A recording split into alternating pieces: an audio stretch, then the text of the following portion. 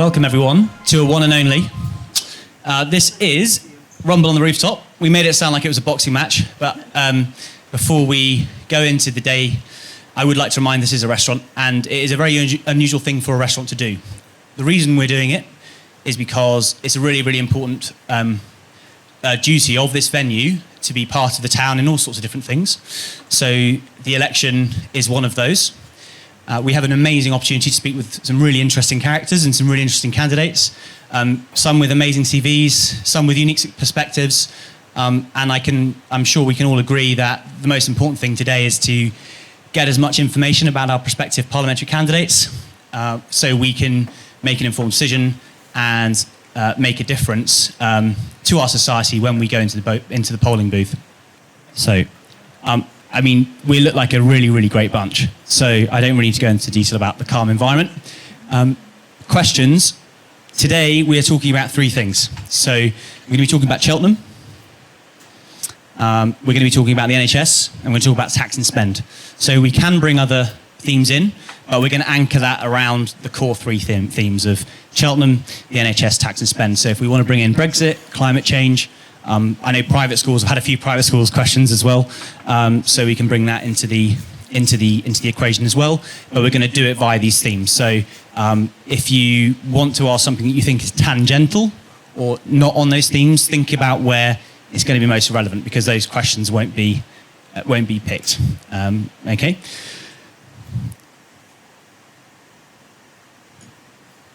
So we are recording this. We are putting the angle of the cameras above people's heads, so you will not be filmed.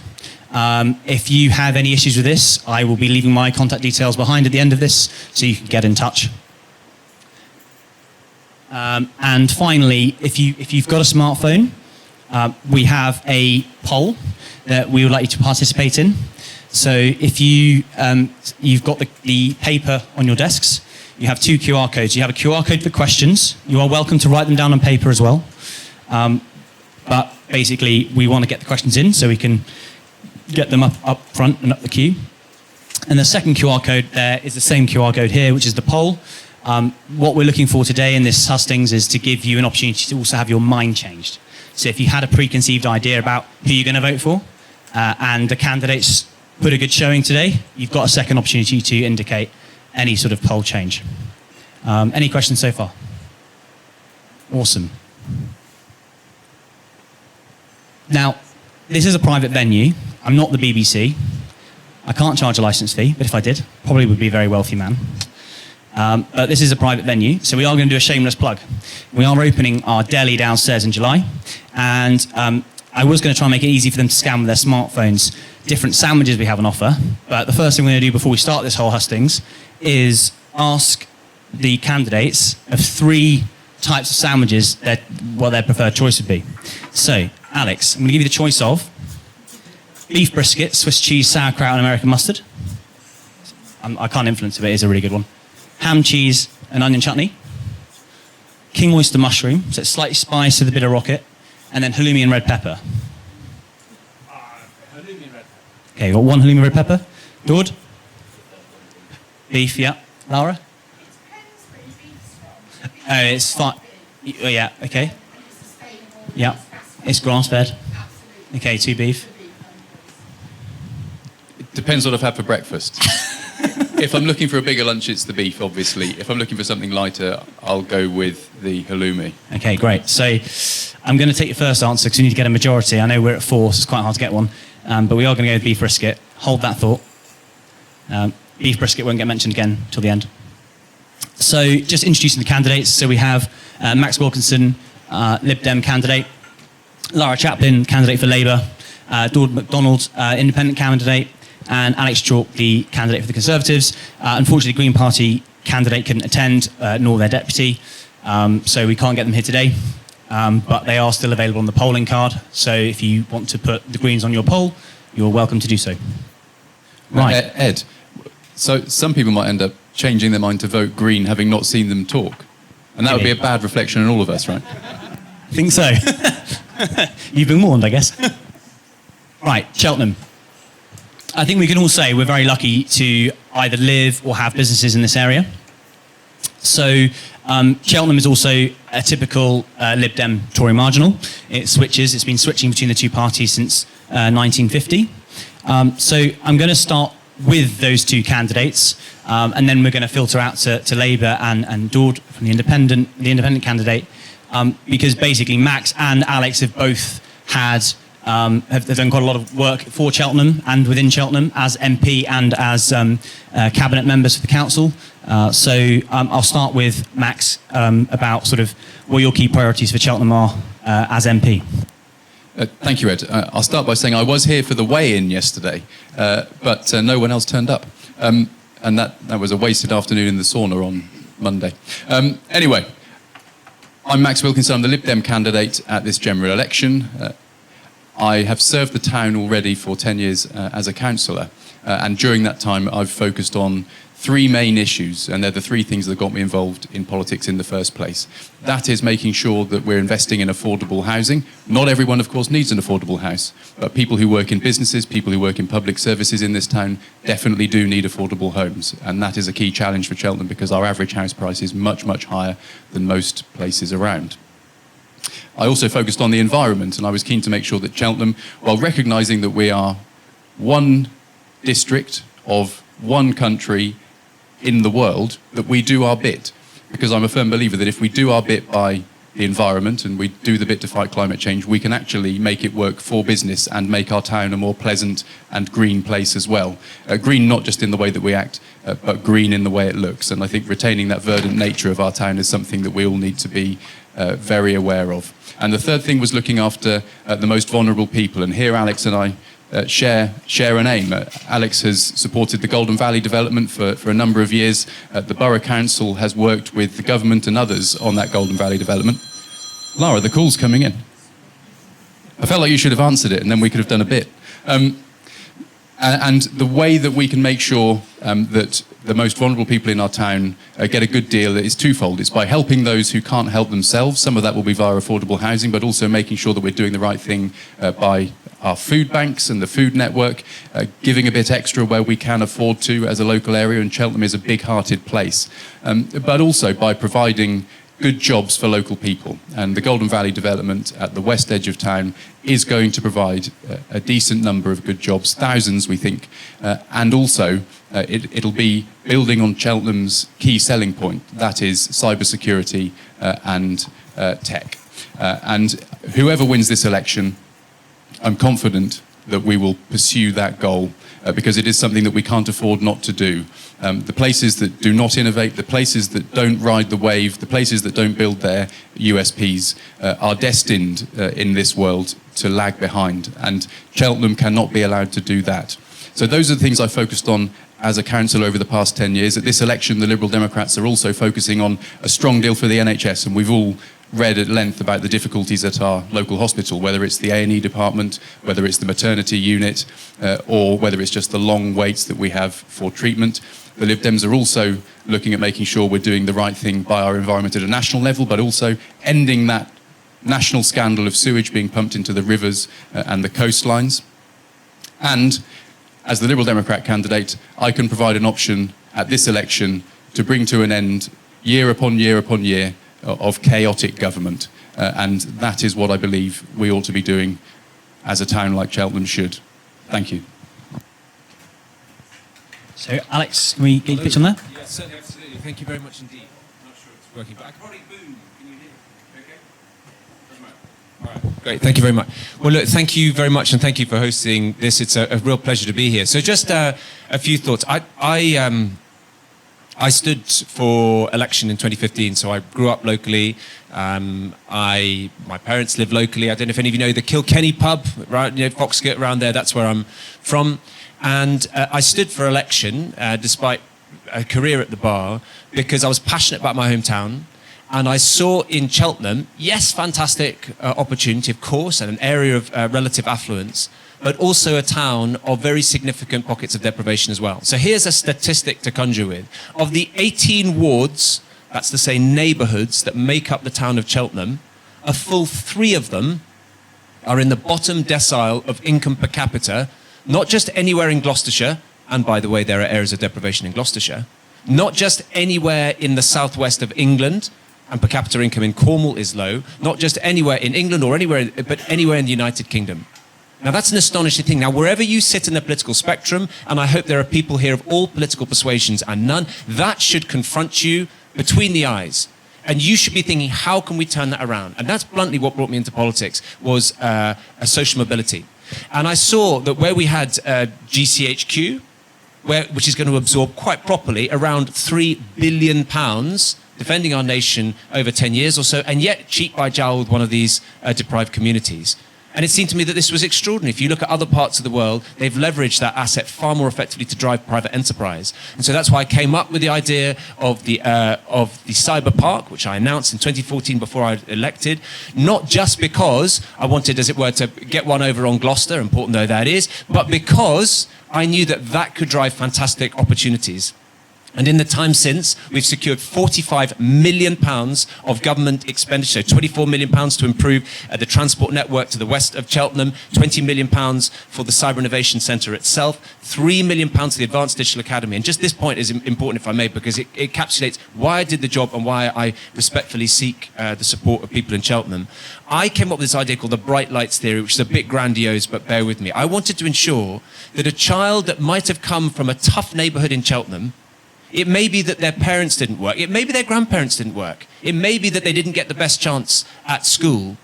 But if there were bright lights in their neighbourhood of opportunity, so that if they were prepared to work hard and put in a shift, they could turn their lives around. That's what motivated me. And we got £3 million for the Advanced Digital Academy in Gloucester, in the heart of one of those deprived communities, which means that a child who puts their effort in can genuinely turn their lives around.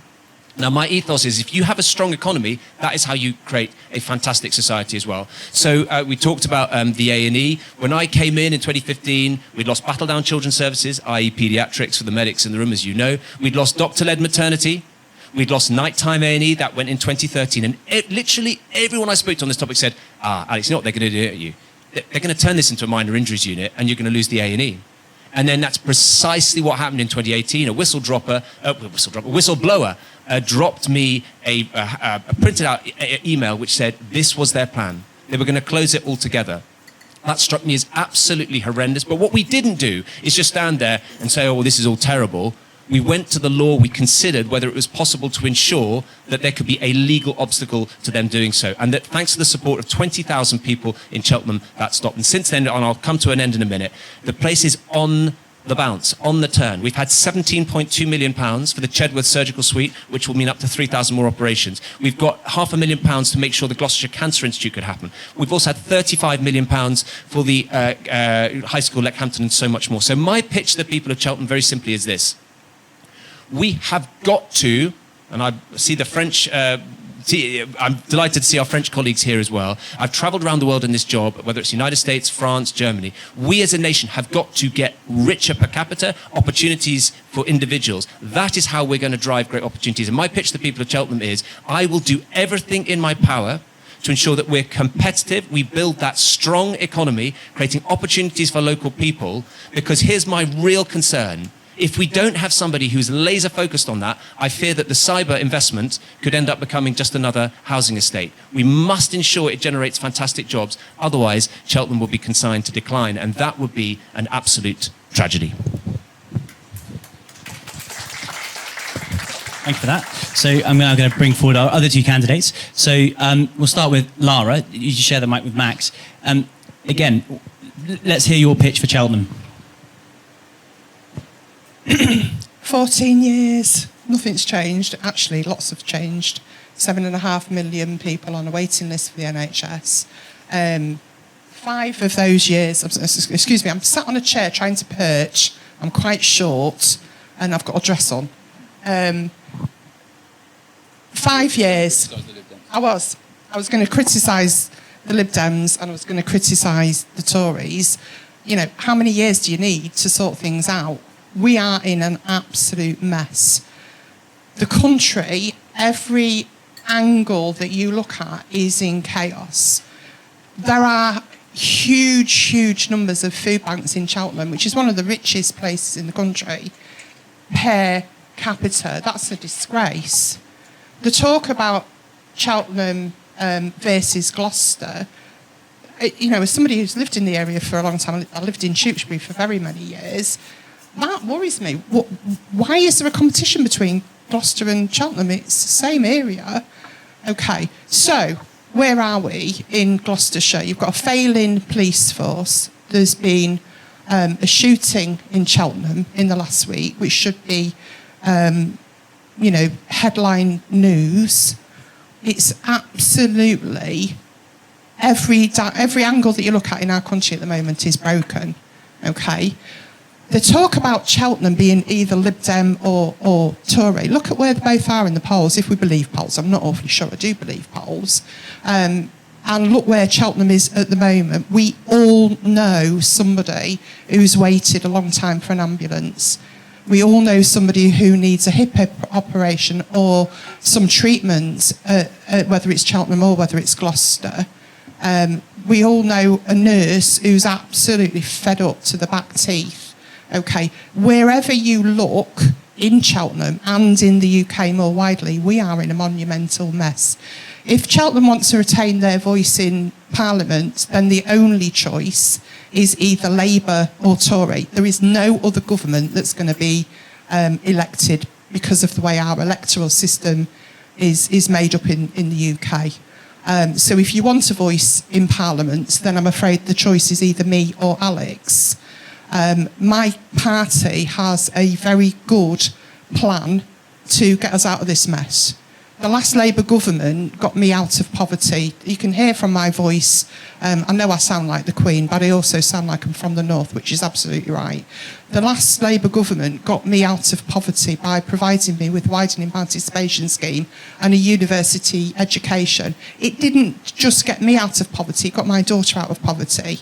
You talk about the cyber area in Cheltenham for developing jobs. There's also plane manufacturing, which my husband worked in for many years, which needs an absolute lot of support at the moment.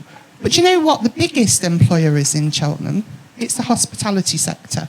And there is nobody who's shouting for the hospitality sector. My daughter works in hospitality. She works incredibly hard in incredibly tough conditions. And so from my perspective, what would I give Cheltenham? You can see I've got a gob on me. Okay, I won't shut up if I don't think it's right for my constituency. I want to be a very good constituency MP. In fact, I don't want to be. I will be, at some point, a very good constituency MP, which means I won't always toe the party line. However, there's very little to disagree with in our manifesto. I do hope, I'm assuming because you've all read it. If you want to make a real difference to our country, then stop listening to only the Lib Dems can win, insert candidate here message, because it's absolutely not true. And if you don't believe me, Google Tewkesbury/Cheltenham Lib Dems in the 2019 election and see how many times they were mentioned in a national report for telling lies on that very notion. I'm hoping you vote for me because my party is excellent. Okay, I'm hoping you vote for me because you want a very strong voice in Parliament. It's okay, Alex saying, he's a really good constituency MP. He maybe is, and there's obviously people who think he is.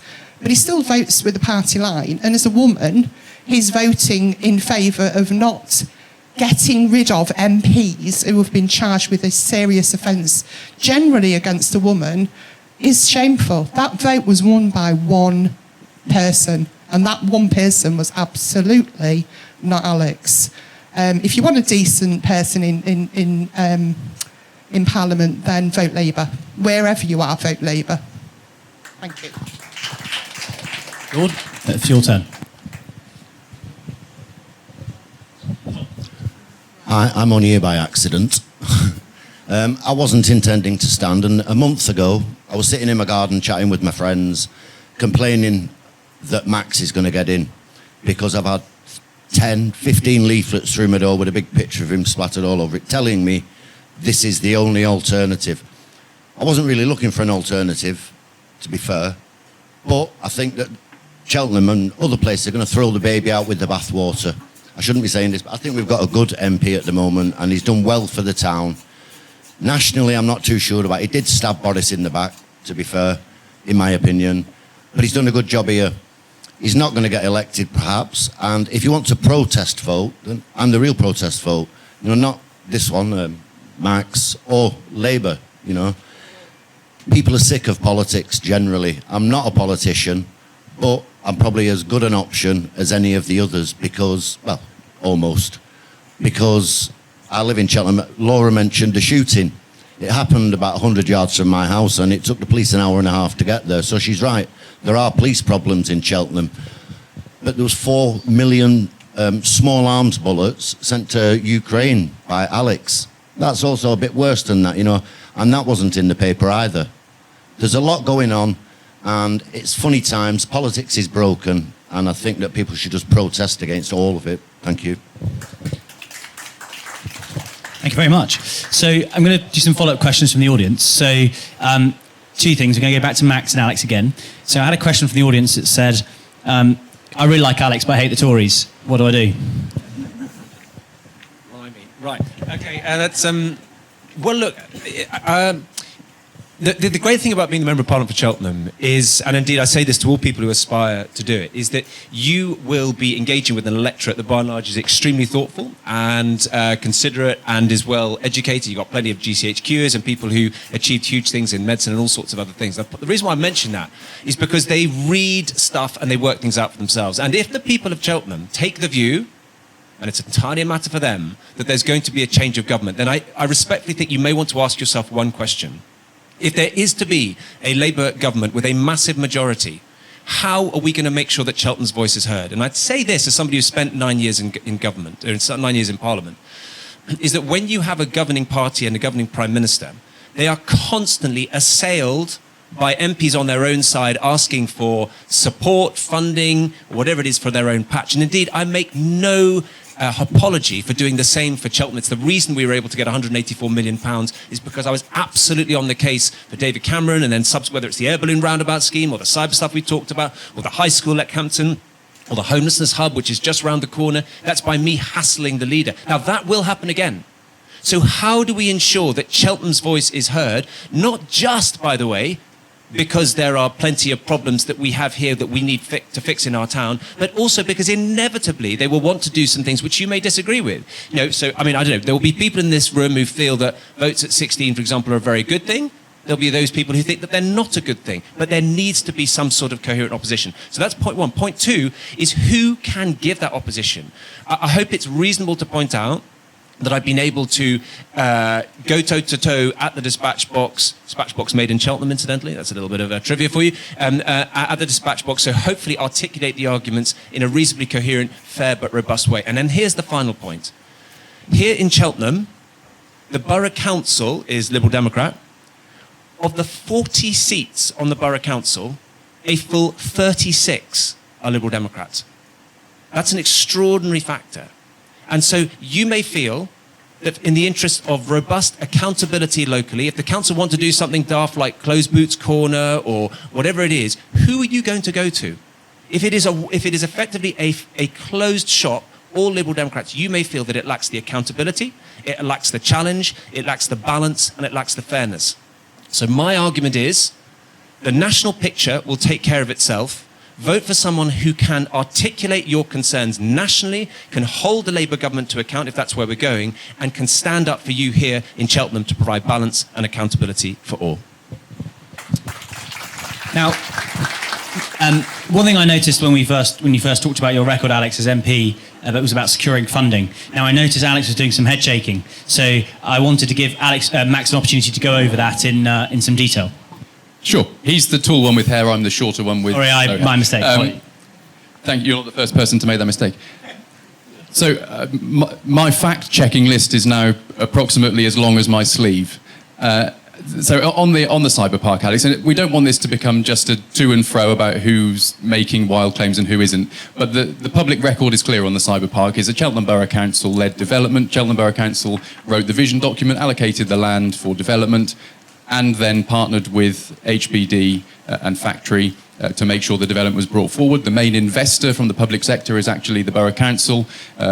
not the government, as Alex often says, and any suggestion that it's Alex's idea on his own and it's his vision just is not true. You can all go and look it up. It's in council. It's on council documents. In terms of the NHS, of course, what Alex says about the A&E department is true. But the A&E department is in exactly the same position that it is now when you were first elected, except in our two A&E departments, Cheltenham and Gloucester, the number of people waiting more than 4 hours for treatment has increased 8-fold. You mentioned child poverty. Child poverty in this town is a disgrace. We do have some really deprived areas. Child poverty has increased since you've been the Member of Parliament for Cheltenham. So, and these are all things that are as a result of Conservative government. If you want to change the government and you want to get rid of the Tories, the only thing to do in Cheltenham is obviously to vote Liberal Democrat. It's not me saying that. The bookies say it. So I don't want to mention gambling too much because it's a sore point for the Conservatives at the moment. But it is the obvious thing to do. And if we think that under Alex's scenario where the Labour Party has a majority in Parliament, that Alex is going to walk up to Keir Starmer and say, give us a few quid, and Keir Starmer's going to say, yeah, all right then, Alex, then I think we're fooling ourselves. Would it not be any different for you, though, as Lib Dem candidate? No, it would be exactly the same position. And indeed, there are some polls that have the Lib Dems winning basically the same amount of votes in Parliament as the Conservatives after this election. And what you vote for if you get Alex is someone who's going to vote with the party line every single time, 100% of the time. What you vote for with me is someone who won't use the party whip as the first line of resort, but somebody who will put Cheltenham's interests first. And that is an important point. On the point about local government, Alex, we do have two councils here. We have the Borough Council and the County Council. The County Council is the Highways Authority. They're the ones who haven't fixed the potholes. And when we talk about the Boots Corner issue, well, the County Council implemented the scheme. That's run by the Conservatives. So the money came from the government. Money came from the government. It was Alex. It was not my scheme. But there's no point in Max, fact. I'm going to let Alex bring the mic in now. There's more fact-checking to be done, Ed. Well, listen, can I just address some of these points? Because, listen, what we don't want is to get into a sterile debate. But the reason why the issue of accountability on the cyber centre is important is very simple. When I came in 2015, the grim reality, and as I say, look, I was a barrister, I was prosecuting and defending, but very candidly, I was earning a lot more money, I had a successful career. But the reason why I wanted to stand is because I knew far more could be done for Cheltenham. And the reality was that in the 23 years before, nothing happened in Cheltenham. There was hang on, let me finish the point. Let me finish the point. There was no investment. And you looked at what was going on in Gloucester and the Kings, and you looked at the quarter by the docks. Things were improving, but there was a sense of decline, and that was profoundly painful to me as a local person. So that's why I came up with the idea of the cyber centre. And indeed, the reason you know that that's the case is because I've got here, because I kept it at the time because I was indignant at the time and I thought they would try this. So when I was in Parliament, I asked a question of the then minister, and I said this: does the Secretary of State agree that the creation of a cyber innovation centre in Cheltenham will mean that extra taxpayer funds will not just enhance our national security, but boost private sector jobs and opportunity? That was dated November 2015. The Lib Dems screenshotted that, and they quote tweeted it. What they said is this: contrary to what the Conservative MP says in his latest leaflet, the cyber centre won't be coming to Cheltenham. Now that's what they said, and in effect they were poo-pooing it, they were mocking it, and they said that this wasn't something that we should have for Cheltenham. And I'm afraid that is a worrying trend. And the reason why I care about this is not just because it's £45 million of your money, of taxpayers' money, that must deliver high-quality jobs. It's because this is how you turn lives around. Final thing I want to say very quickly. I went to America recently, G7, doing all that stuff, representing our country. And the thing that really struck me when I was there is the starting salary for a police officer in Washington, D.C. is $85,000. Now, the reason why that matters is, I tell you, in our country, if we want to vote, if we want to ensure we have fantastic public services, we have got to ensure that per capita income rises so that people can have high quality of life and that we can have great public services. If we do not embrace this opportunity, the future for Cheltenham is bleak. We must do it, and and I'm afraid the Liberal Democrats do not have a sufficient ambition. Final thing, in fairness to them, they jumped on the bandwagon more recently, but it's not correct to say they were in favour from the start. Just a quick one. I'll give Max a quick 2 minutes, Lara, and then we're also going to go on to the NHS, so I want to move to the next topic. This is all a matter of public record, and one tweet sent, 8 years ago or something, is not the smoking gun that you think it is, Alex. It's on the public record that the Borough Council purchased the land for £43 million, allocated it for development, then partnered with a developer and wrote the vision document with the developer and is now the lead investor. The Borough Council and local taxpayers. It wasn't your idea either, was it? It was the idea of a group of councillors at the Borough Council. Okay. But the problem with all this is you are making claims that are sort of true but not really. And I'm not going to, if you let me as your Member of Parliament, I'm not going to lay claim to the good work that's being done by others. Max, can we... and I don't think it's fair Max, on the very many hard-working people who have put all the work in. Can we just pass Laura to have a comment on this particular point, and then we're going to move on to the NHS? I've got to come back on the nothing happened in 23 years before Alex turned up, because that's not true either. Hang on. Many of you... Right. No, I'm not criticising, but it's important that can you GCHQ, the new GCHQ building... 1 minute. The new GCHQ building, which was investment of worth around about £850 million, it remained in Cheltenham because a man called Nigel Jones, who was our Member of Parliament, fought for it to remain in Cheltenham when the government was going to move it elsewhere. I could point to the redevelopment of St Paul's, which happened under a Liberal Democrat MP. Okay. We could point to the new All Saints Academy School. There is a list as long as your arm. The claims that nothing happened in Cheltenham before Alex turned up are frankly offensive to everyone else who's worked hard before him. Thank you, Max. Lara, could you pass through to Lara, please? Sorry, Lara. I think it's clear neither the Tories or the Lib Dems have done Cheltenham any favours. It doesn't help with people's mortgages. People at Saffron, through the pandemic, mortgaged at the time up to the hilt, took loans out while they were furloughed, and then they got Liz Truss, Neither candidate have done any good, whether it Lib Dem, and I don't mean Alex and I don't mean Alex. Max, I'm so sorry. It's as bad as me being called Laura, which annoys me as well, but I know, we literally only met 2 days ago. The choice is clear. If you want to end chaos in Cheltenham and in the UK, there is only 2 choices, and that is the Conservative Party and the Labour Party. But can I just say that don't vote for them because they're a Tory appalls me. I am a very, very proud Joe Cox Woman in Leadership graduate, and that is in the name of Joe Cox, who was murdered by an extreme nutcase during the referendum. Wedge politics needs to stop. It's no use saying only insert candidate can win here, because that's saying that actually the Conservatives are never going to be any good if they're in Parliament, or the Labour Party. So let's just keep the Lib Dems. I mean, let's face it, the Lib Dems in power were disastrous.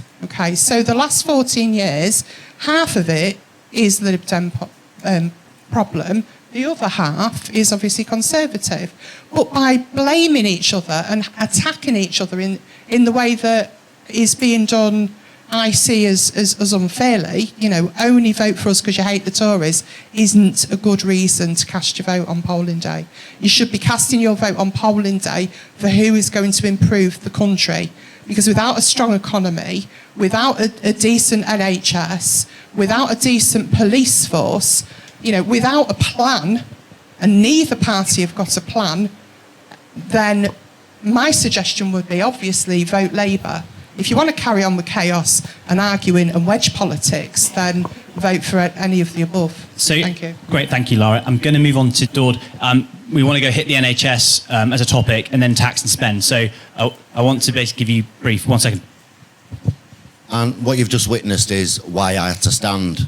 Max slagging off Cheltenham, basically. Laura, I'm not sure what she said, but craziness, vote for me, I'm red, vote for me, I'm yellow. When there's common sense spoken and a good job being done, we should acknowledge that. I'm properly sick and tired of this lies and rubbish, really. If something's working, don't fix it. Thank you, Lara. Thank you, Daud. Right, so next topic. Right, NHS. So, we've got a little quiz quickly. There's 2 statistics on here. So, 43%. Can we guess what 43% represents? Any ideas? Any ideas, candidates? Oh, sorry, 43%. Yeah, does anyone have an idea what that is? 43%? No. Sorry? No. Yeah, so the percentage of government spending on the NHS is currently 43%. In a... Yeah, day-to-day spending, yeah. So that doesn't include the investment in hospitals. Paul Johnson from the Institute of Fiscal Studies was on a podcast with Robert Peston and Steph McGovern on The Rest Is Money, saying that basically government has become a health service plus some other government services. I'll bring that into my first question. And then the second number. Anyone have a guess? 18. Okay, second clue, weeks. Second clue, weeks. Yep. So the current waiting time to have an elected procedure completed. So that's from the point of discovery or inquiry with a clinic or a clinician so that doesn't include the GP appointment as well in the statistics. So that's once they've gone to a clinician. It takes 18 weeks from an elective procedure that's been decided upon for then that elective procedure to be completed. So the numbers are nothing like that but prior to the Tories taking power. And also government spending, day-to-day spending as a percentage of the government spending is at all-time high. So I want to start actually with Lara because at the moment the national polls indicate that Labour will be in power. So Labour have always famed themselves as the party of the NHS. So I think it's a really good time for you to talk about really how this can be improved. We often have a Conservative government in the UK who break the NHS, and then Labour comes along every now and again and repairs the NHS. So let me give you some personal stories about the NHS because we all have them. Okay, my old next door neighbour, who I still keep in touch with, lives in one of the most deprived areas in the country. His wife, 3 weeks ago, had a stroke, no ambulance. Not the ambulance came eventually, no ambulance, so they had to drive her to hospital. She was then in a waiting list in a trolley in A&E for 18 hours, then sent to another hospital and then sent home. She can't walk. It's not a minor stroke, it's a major stroke. My daughter's father had a heart attack. He waited 8 hours for an ambulance, and it was a suspected heart attack. He knew to say it was a suspected heart attack, and and that has led to heart damage. Okay, my best friend, is old. She's somewhat older than I am, and I'm not young.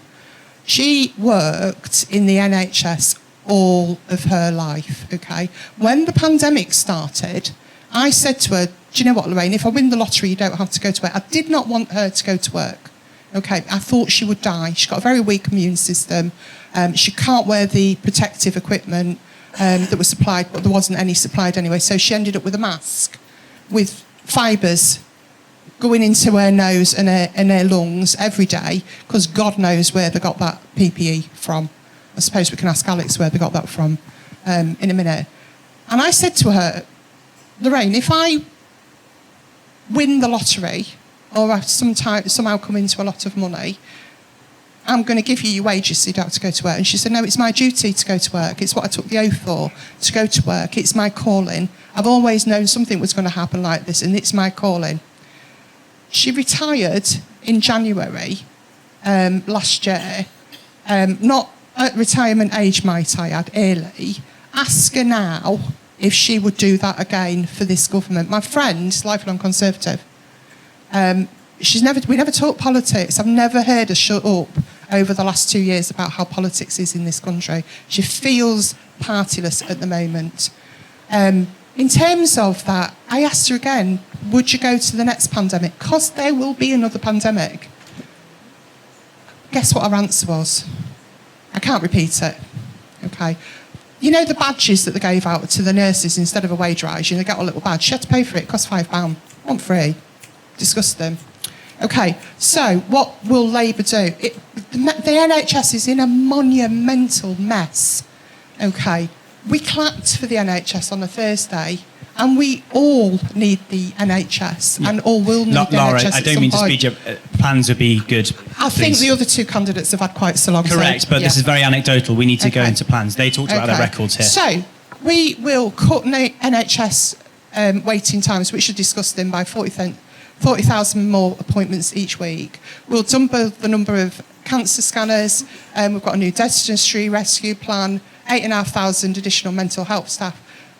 Return of the family doctor, they are just top-line figures. We will get the NHS back on its feet. We need to remodernise the NHS, and we need to give you the power and us the power to decide how our NHS should be run. We need healthcare closer to home. We need to have some tough conversations about our NHS. We've got a dentistry rescue plan. We need to look at social care reform. Improving mental health, action on public health, and reduce health inequality. You know, they're both talking, both candidates about Cheltenham A&E. You know, Cheltenham has got one of the best oncology departments in the country. You know, let's celebrate what Cheltenham has, rather than always, you know, be negative, because that's how I feel that it's being portrayed in this. Imagine how those people who work in Cheltenham feel when folk are being negative about them.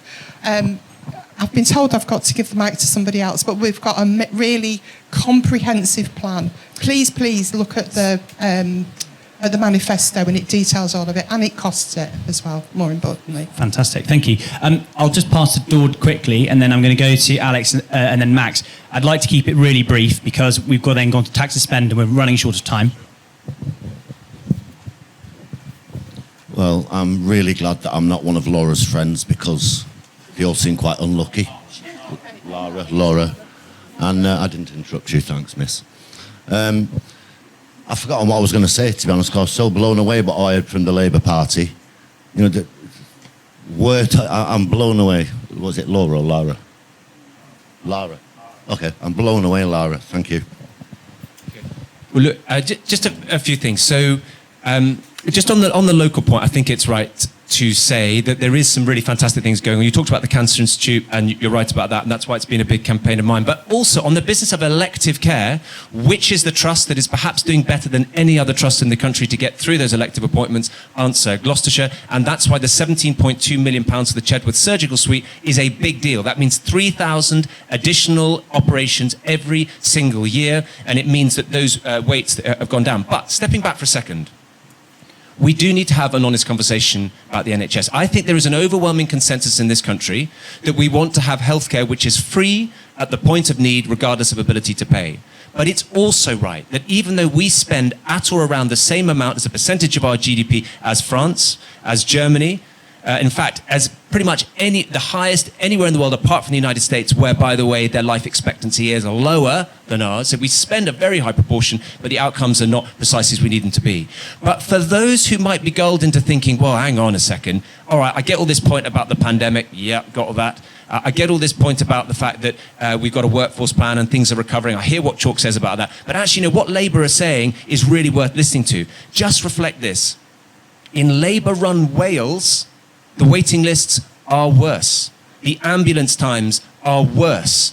You literally have the perversity, the atrocity, you may feel, of people leaving Wales to come over the border into England because the care is better. And that is notwithstanding that per capita government expenditure in Wales and indeed in Scotland is higher than per capita in England. So it is not simply a case of chucking more money at it. I really don't think it is. We have to reform it, we have to heal it, and we have to do it in a sensible way. And the final thing I wanted to say is that we have some incredible private providers. If you go to the Cobalt screening unit just over there, those who say, well, any use of the private sector is kind of heresy. No, it isn't. Use the private sector to ensure that everyone, whatever their background, whether they are from an affluent background or a poor background, so long as they have access to that, that's fine by me. So my view is take the dogma out.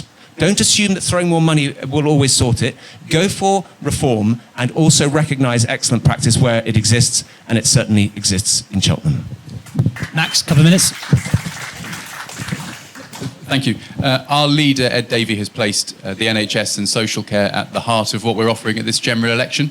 Ed is a carer himself. He's been a carer for his whole life. He's now a carer for a child in his teen years who is currently non-verbal, and his wife who has MS. So our party leader has this going through his DNA, the need to care and the need for social care and a social care system that works. And we must judge a society by how it looks after the most vulnerable people, and in so many cases the most vulnerable people are those older people living at home alone who are not able to care for themselves, and at the moment they're all being very badly let down. My personal view is this needs to be a not party political issue. What we need is a social care consensus, and that was actually reached during the years of the coalition government. Unfortunately, the plans that were put in place, led by Lib Dem ministers, then fell by the wayside after the Lib Dems were no longer in power anymore. And that is a pity. But the way we would fund this is by making sure that those with the broadest shoulders are able to pay, and that's mostly through changes to the capital gains tax system for the 0.1%, so probably nobody in this room, and also by making sure that the banking levy, which was cut by the Conservatives a few years ago, indeed it was a tax cut given by the Conservatives to the City of London, that the banking levy cut is rolled back, and we would put those two big chunks of funding into the NHS to fund the social care plans, but also to fund the training and retention of 8,000 new doctors, which are very much needed. And it is not a secret that we need more doctors. The Conservatives at the last general election did have a workforce plan to provide more doctors. Unfortunately, we have fewer doctors for so many reasons. And when you talk to GPs, we have fewer GPs that are working in this country, Alex. If you talk to GPs, they're leaving because they are burned out. The stress that is put on them in their job because they're seeing people who should either be in A&E or who should be receiving social care is just far too much for them. And we've seen it locally. There are examples of GP surgeries in Cheltenham saying that they're going to have to ration more heavily appointments for local people, and I think that's a disgrace in our town, and it reflects extremely badly on the way that the NHS has been managed by the Conservatives. What I will recognise, because we're in the mode of recognising where things are going well, the new GP surgery that I am a patient at, the Wilson, is extremely good. It works very well, and they're really efficient, and you do things by text message rather than receiving a letter in the post, which works extremely well and cuts down on some of that waste in the system. The NHS certainly does need reform. My view is that we do need another GP surgery for Cheltenham as the town grows, and we are going to be in a position where we have more people and we need more appointments to serve that population. I will go for one niche point at the end because I've delivered what is the party political bit. My personal view is that in this country we don't take public health seriously enough, and we are storing up generation after generation of problems because the system, the economy, the lack of a legislative framework to stop it means that we are all encouraged to eat ultra-processed foods, which makes us ill. And we're encouraged also to lead sedentary lifestyles. Now, in Cheltenham, we have fewer people who are leading sedentary lifestyles and leading unhealthy lifestyles than other places. However, it is a massive issue for the NHS at large. And if we don't solve that problem, and if we don't solve the social care problem, we're never going to solve the wider problems that we have with the NHS. I'd like to move on to the next topic because we are running quite short of time. So if you want to bring in your points from the previous topic, you're more than welcome to do so. And the same with Alex as well. I know, Alex, you were chomping at the bit on there. So, taxes and spending. So, team quiz time. £1.09 billion. So it's the first time in the history, in the tax year of 2023. Well, that's to say, 1,095 billion it was the first time that the UK government has taken over £1 trillion in tax revenue. So we've had more money than we've ever had before in the coffers. But as we also know, this figure here, 45%, does anyone know what that represents? No, it represents the national percentage of tax revenue as a percentage of GDP. So the UK economy is taxed at the highest level since the Second World War. And the 2% figure, you won't know that. Do you remember beef brisket? Yeah, beef brisket. Okay, so the first thing I'm going to do for 2 minutes is I'm not actually going to ask a question. I'm going to explain to you how politics and taxation affects our business. So we're going to give you a live example with the deli that's opening in July. You all got the leaflets? that what a beef brisket, how much money we make, that is 2% net of tax. That's a profit. I would like to add as well, in terms of working conditions, we take employment really seriously here. Our average hourly rate here is £13.27, so that's nearly £2 above the national living wage. And so we are not money-grabbing business owners that want to scream as much profit out of this business as possible. As I've said to you today, we take our cultural place in this town very, very seriously. Right, so here's the pie chart of doom.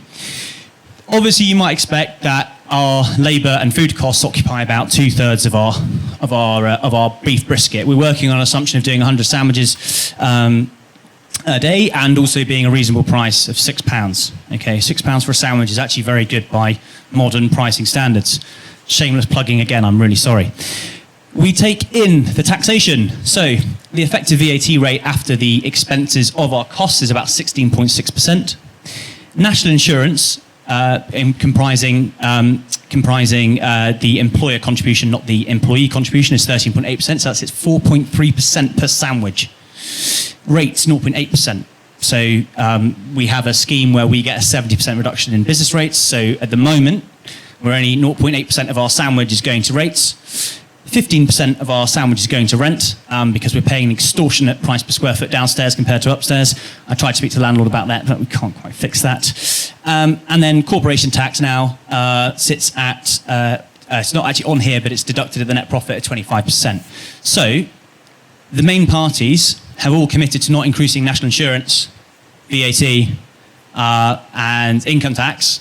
Now, you can give this assurance today, but I'm here to tell you and give you a warning as people who may be in government or may be continuing government or also may be representing us as a minority party, is that any tax increase on direct taxation that you're looking at, you'll see what our profit margin on our sandwich is going to be.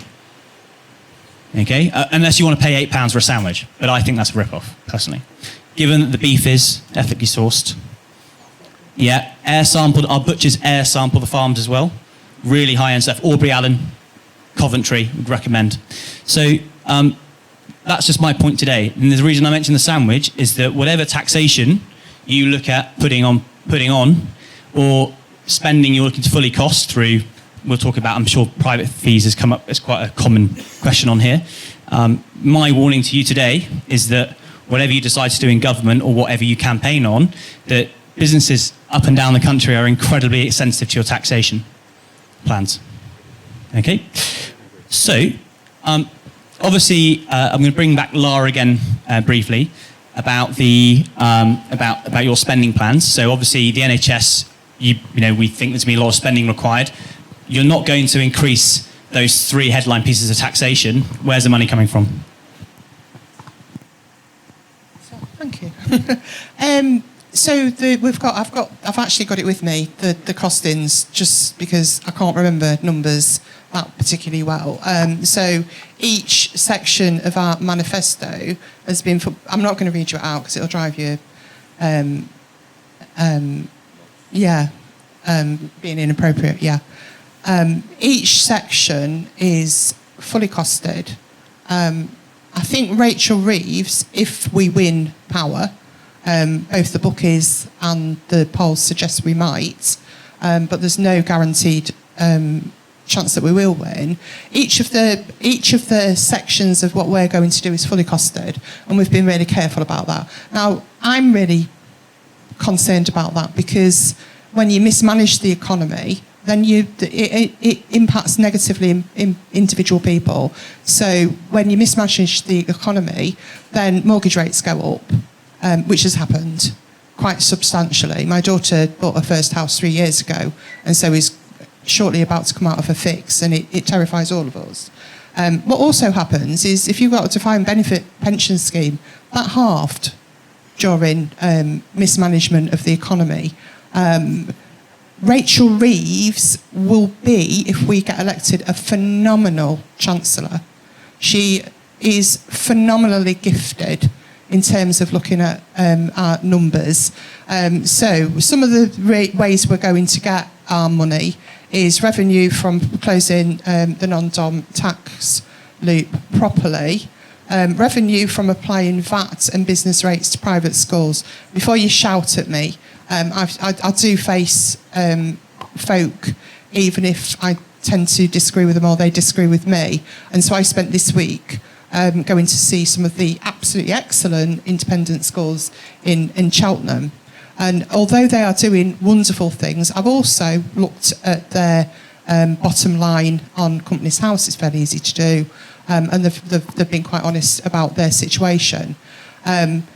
What struck me in terms of applying VAT on independent schools, so it's not a new tax, it's applying VAT. You do get VAT benefits being VAT registered as well, might I add, is when I was having a conversation with one of the school leaders, they were at a conference recently with the state sector, and there's a head of a state sector school walking around the conference hall picking up pencils, and so she said, "What are you doing?" And she said, "Well, we're picking up the pencils because we haven't got any in our school."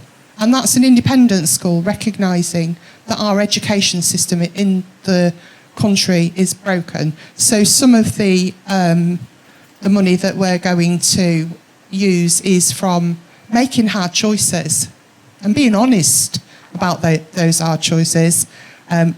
Honesty in politics and integrity is rare. Revenue from closing carried interest tax loopholes, revenue from increasing stamp duty on purchases of residential property by non-UK residents by 1%. There is a really detailed manifesto if you want to read it, but they're the top lines. Quick one. So, I'm going to open the floor because this is a really important question. We had a question from Therese and another question from Linda about private schools, and that was that. I didn't go to private school, so I don't know this. I don't know this problem. But obviously, number one, how is the state going to cope with those who are at comprehensive school, who are at private school are going into comprehensive school? Two, another friend of mine pointed out that under the current plans, nurseries. So preschool nurseries we put under scope of the VAT threshold. So where you've got working families looking to go into have their independent, they're essentially paying for independent education to get those extra hours so they can go to work. That could be taxed. Is it then also, finally, that you're planning to change the Charities Act so that charities are segregated by status so that the private schools themselves are VAT eligible? Or is it that all charities will end up being subject to VAT just by virtue of the Charities Act not changing? No, it's VAT on schools. The manifesto makes it very clear that it's VAT on independent schools. But what isn't clear is that independent schools are charities, registered charities. So the mechanism by which you elect those private schools for VAT, at the moment you've got the Charities Act, which you would have to then bring under the scope of VAT. You can register for VAT as a charity. You can claim VAT back as a charity as well. So I'm not awfully sure what the answer is for that one. But yeah, we're going to... And then what about the glut of... I'm following the question up from the audience here. What about the glut of state school attendees? So all of the research that the party have done suggests that might not happen. But can I just change the narrative? Have a look at how much... I'm not disagreeing with any organisation making a profit and a healthy profit. But if you have a look at all of the independent schools in this area, they are all heavily in profit. Why are we asking people from my background to have no teachers? Because that's the reality. There are no maths teachers in quite a vast number of areas. And I'll give you a personal story that'll help make the point with that.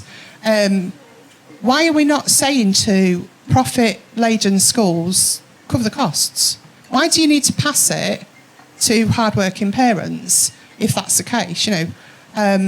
Why can't they cover the costs? When people open businesses, and I'm sure you agree, you can cover the cost of some of the VAT when you're doing your pricing mechanism.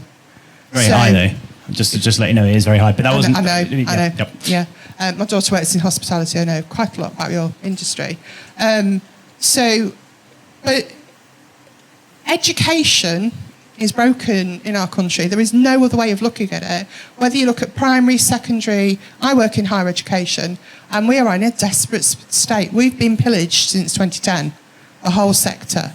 Okay, and so what do you do? Okay, I escaped poverty by a few means, but the main mean was by being able to go to university under a Labour government on the widening participation scheme. That got me out of poverty, but also my daughter out of poverty as well. When I went to school in the days of Thatcher, who was not particularly good in the north of the country, we had one book that was 35 years old that we all shared. It was like a history lesson, reading it of all old pupils that had been there. It dismays me that we mended education between 97 and 2010, Yep. and now it's broken even more than when I went to school.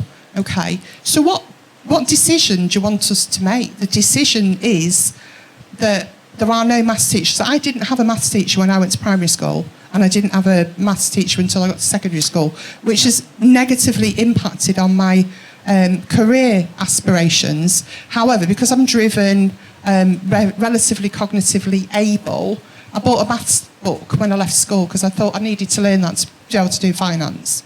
Okay, that's not right. My sister should have gone to Oxbridge. She read all of the school books in our library, every single one of them, by the time she was 8. Okay, she didn't go to Oxbridge.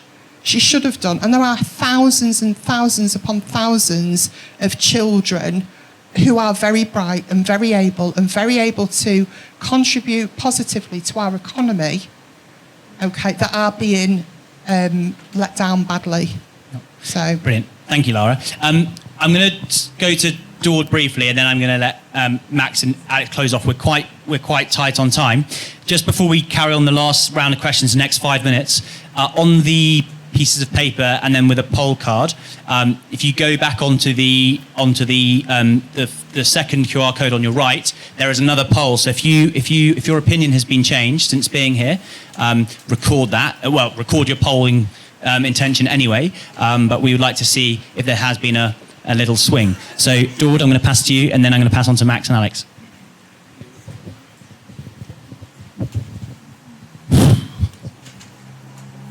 I've got 2 children at a senior school in Cheltenham, not a private school, and there's too much wokeism in the school.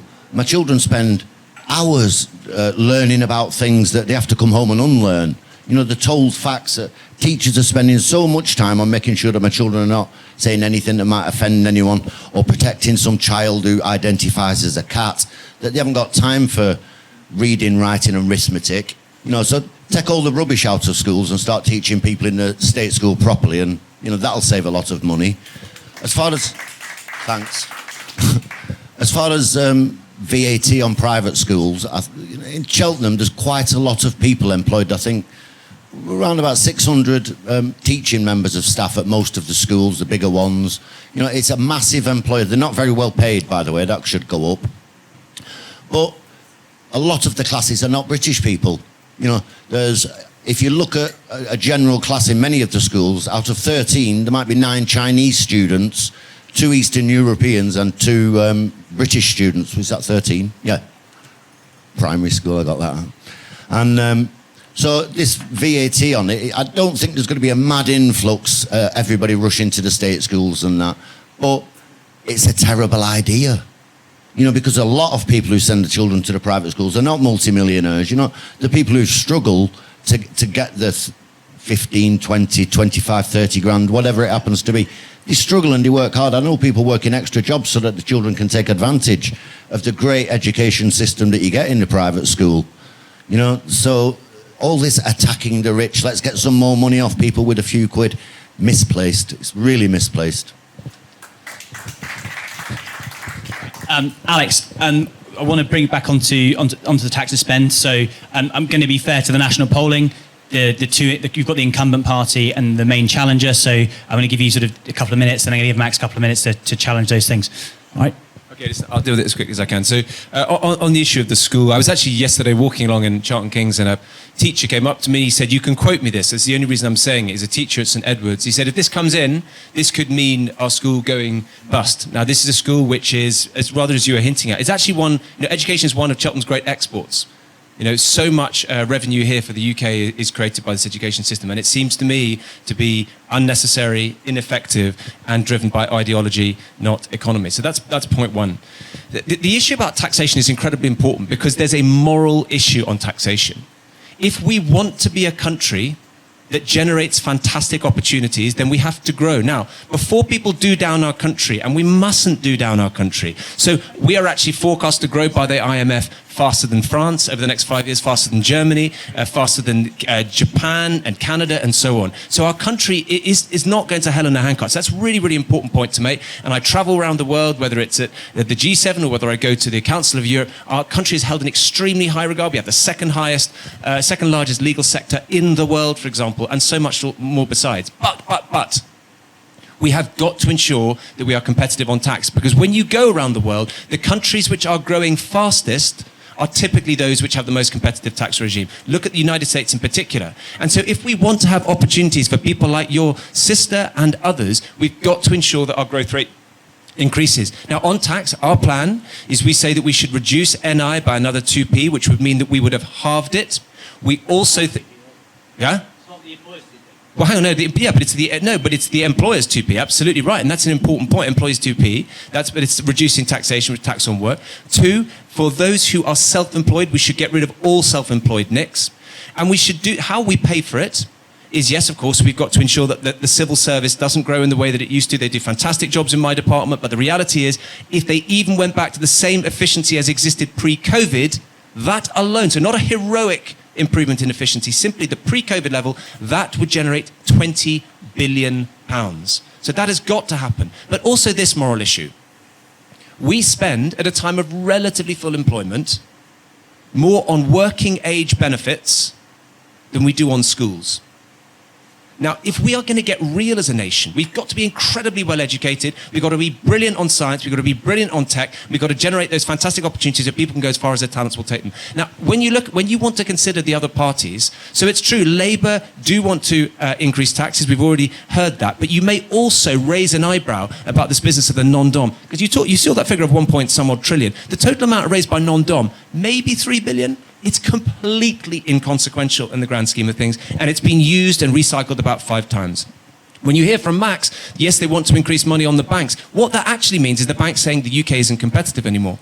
What they also want to do is put money on the digital services tax, which in fact was which created such a hue and cry from businesses that even Labour don't want to do the digital services tax. They've also voted to bring back the fuel duty escalator, which would hit families in this constituency. So, Max will want to say, would the Liberal Democrats advocate for increasing fuel duty? We have frozen it for 14 years on the bounce. So look, of course we must have taxes.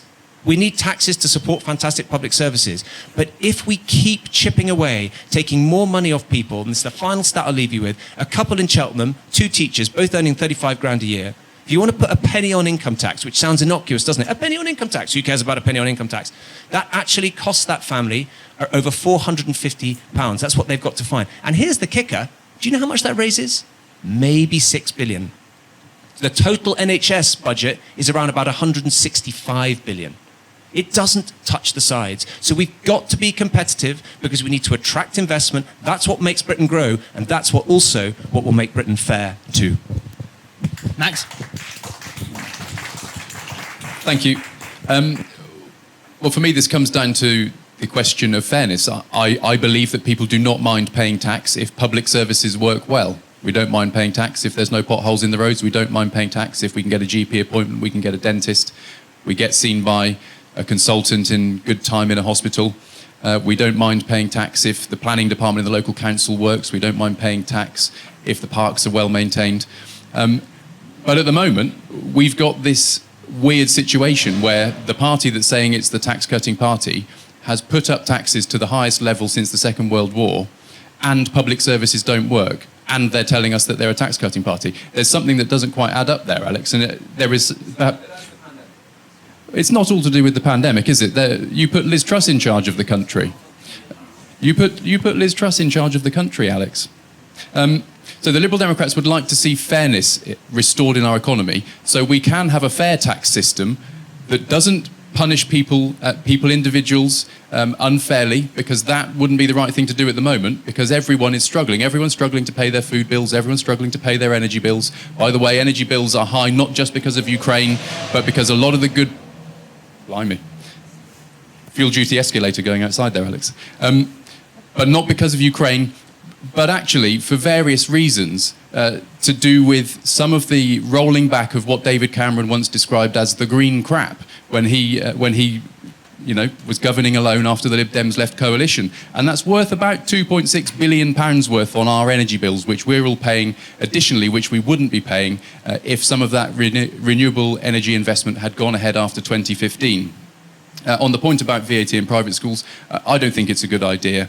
I think it's a bad idea for very pragmatic reasons, because I fear that if this policy is brought in, state schools, which are already struggling, and you'd never speak to a teacher who says, yes, everything's going well and we've got enough teaching assistants and the school roof isn't leaking today. You never speak to those teachers in state schools. What you speak to is teachers who are saying, I'm having to buy my own laminators so I can laminate the mark sheets. I'm having to bring in my own staples. I'm having to bring my own coffee to work. Because the state schools are underfunded and they're all struggling. And I think at this moment, if we were doing anything to put extra pressure on state schools, it would be the wrong thing to do. In terms of where the Liberal Democrats would change taxation, we would reverse the Conservatives' tax cuts for the big banks, which I talked about earlier on. We'd reform capital gains tax. Actually, most people would end up paying less capital gains tax as a result of our proposals. But the people paying the 0.1% highest amount would pay more. And we'd put in place a proper windfall tax on gas and oil companies, because it isn't fair. Well, Alex, there's a massive loophole in that windfall tax, which allows, if they reinvest in more oil and gas exploration, for those companies that are making record profits to not pay the tax. And that would raise a couple of £1 billion a year, which I think actually is quite a lot of money. So my view is, it all comes down to fairness. I don't think people mind paying taxes as long as things work, but at the moment, they are not working. Okay, we've got the poll running for 2 more minutes. While I say that... Yep, of course, yep. Sure. Just quickly, we need to wrap up. I've been to quite a few independent schools since we've come here. We thought we'd go face them. Do you know what they asked for? They asked for more teachers. Every single school we've been to asked for more teachers. They didn't actually mention too much about the VAT. I am going to have to stop because we have a booking at 6:30. So we have got to make some more 2% money. So we will have to wrap up. I am really sorry about that. We've got the poll running for a little bit. At the moment, in the interest of transparency, there is a very marginal swing to Alex, which I think is an indication of the national mood. I don't think the Tories particularly have a great record nationally, and regardless of what we think of all individuals, and particularly Max as well, with leading the economy, it was a lot of Max's work that helped us get this here today. So I've got a lot to credit Max for, and I think a lot of people in Cheltenham have got a lot to credit Alex for his time. And Lara's case has been phenomenal. I think Labour are the incoming party, and we can understand what they care about. And Daud has put a passionate case for the level apathies. 1 second. Yeah. One brief sentence. Yes. The health service is knackered, the schools are knackered and overburdened because of immigration, basically. No, we're not having. Thank you. Sorry. 1 second.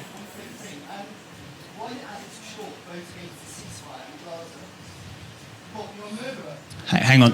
No. I said, hang on. That was not on. That wasn't on topic today. Okay, thank you, but it wasn't on the agenda for today. Thank you very much. So thank you all for coming. Yeah, it was really good to have you here, and make sure you're voting.